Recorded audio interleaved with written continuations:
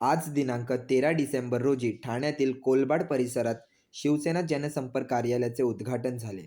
काही महिन्यांपूर्वी महाराष्ट्राचे उपमुख्यमंत्री श्री एकनाथ शिंदे यांच्या हस्ते शिवसेना शिंदे गटामध्ये पक्षप्रवेश केलेले पदाधिकारी पीटर डिसूझा यांनी शिंदे साहेबांच्या नेतृत्वाखाली आज कोलबाड परिसरात शिवसेना जनसंपर्क कार्यालयाचे उद्घाटन करण्यात आले. या उद्घाटन सोहळ्यासाठी ठाणे जिल्ह्याचे खासदार श्री नरेश म्हस्के यांच्या हस्ते पार पडला. याचवेळी पीटर डिसूझा यांच्या वाढदिवसानिमित्त त्यांनी ज्येष्ठ नागरिकांसाठी मोफत मेडिकल कॅम्पचं आयोजन करण्यात आले होते.